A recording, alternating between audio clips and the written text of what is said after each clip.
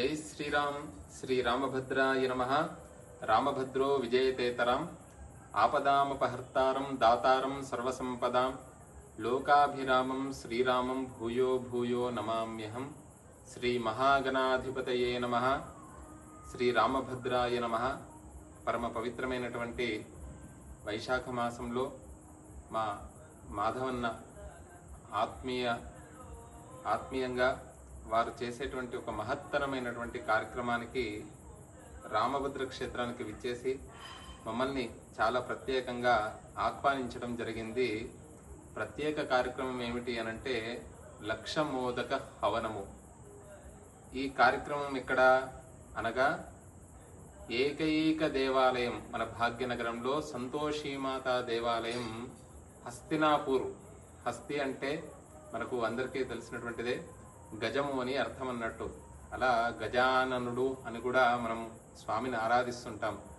ఎవరి ముఖాన్ని అంటే లక్ష్మీప్రదమైనటువంటి నామం అక్కడ హస్తినాపూర్ ఎల్బీ నగర్ భాగ్యనగరంలో ఉన్నటువంటి ఒక మహత్తరమైనటువంటి దేవాలయంలో శ్రీమాన్ శ్రీ బ్రహ్మశ్రీ కె విఠల్ మహారాజ్ గారు మా మామయ్య గారు అవుతారు. ప్రధాన అర్చకులు, తర్వాత వ్యవస్థాపకులు కూడా, దేవాలయ వ్యవస్థాపకులు కూడా.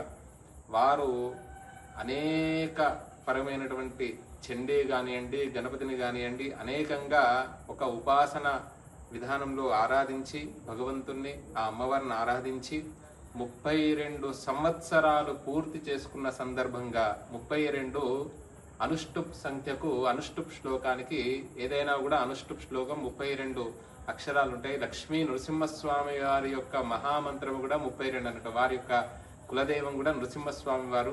అలా నవరాత్రుల్లో ప్రారంభం రోజు ఈ రోజు ఇక్కడికి రావడము, ఆ లక్ష్మీ నృసింహస్వామి అనుగ్రహం. ఎందుకంటే అందరికీ కూడా కులదైవం ఇష్టదైవం స్వామివారే. ఇక్కడ కూడా రామ నృసింహుడు ఉన్నాడు. అక్కడ సంతోషి మాతా దేవాలయంలో లక్ష మోదక హవనాన్ని కేవలము లోక కళ్యాణార్థం చేద్దామని సంకల్పం చేసుకున్నారు. వారి కుమారులైనటువంటి 3 కుమారులు. వీరు కూడా దేవాలయానికి ఒక త్యాగంగా ఉదయం నుండి రాత్రి వరకు ఒక దేవాలయ అభివృద్ధిలో భాగంగా అక్కడ గోసేవ, వేదసేవ, శాస్త్రసేవ, అలా దేవాలయ అభివృద్ధికి వేలాది మంది. అసలు సంతోషిమాత దేవాలయం అని అంటే తప్పకుండా ఎక్కడ ఉన్నా కూడా భాగ్యనగరంలో హస్తినాపూర్ వెళ్ళాలి, అమ్మవారిని దర్శించుకోవాలి. కొంగు బంగారం లాగా కోరినటువంటి కోరికలు నెరవేరుతూ ఉంటాయి. అంత నిష్ఠతో చేస్తారు.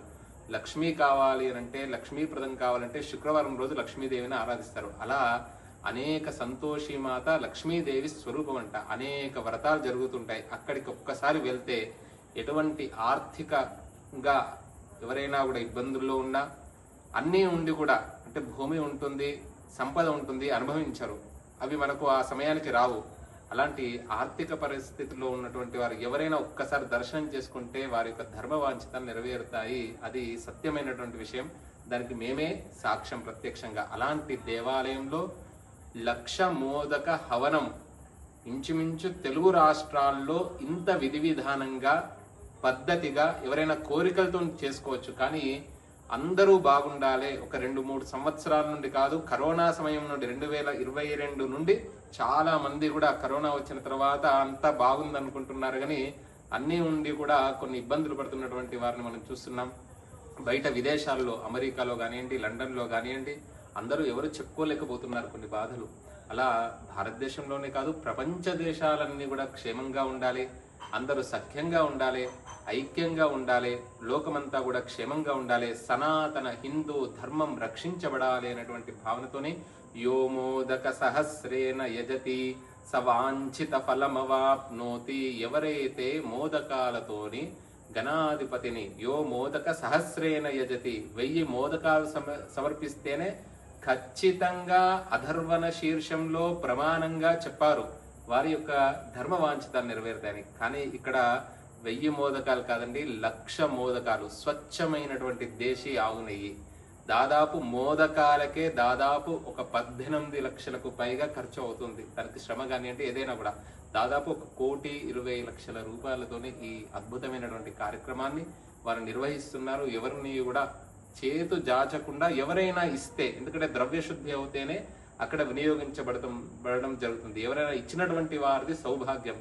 ఇచ్చినటువంటి వారి దగ్గర తప్పకుండా తీసుకుని వారి యొక్క ద్రవ్యాన్ని శుద్ధి చేసేటువంటి ఒక మహత్తరమైనటువంటి కార్యక్రమం కూడా.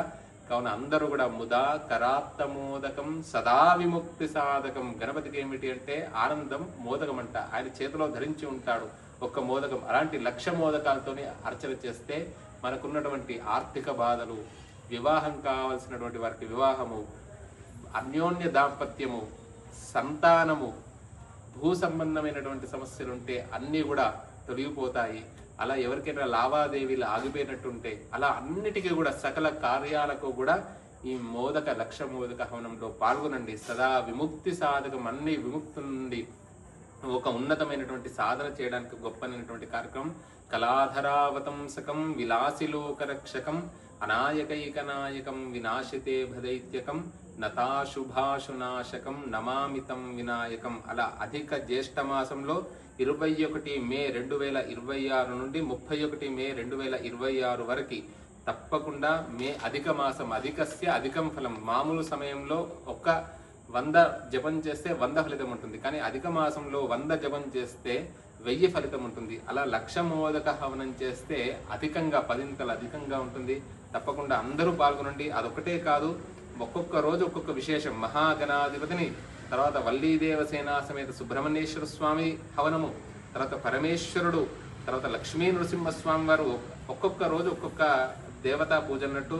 తర్వాత పార్వతీ పరమేశ్వరులు, దక్షిణామూర్తి, మేధా దక్షిణామూర్తి, శ్రీ గురు దత్తాత్రేయ స్వామి వారు, తర్వాత రామ పరివారము, శ్రీకృష్ణ పరమాత్మ, అదే విధానంగా భూవరాహ వారాహి సమేతంగా సంతోషిమాతార్చన, హనుమత్ సంబంధంగా నవగ్రహారాధన, హనుమంతుడిది. ఇలా 10 రోజులు 10 విశేష హవనాలు.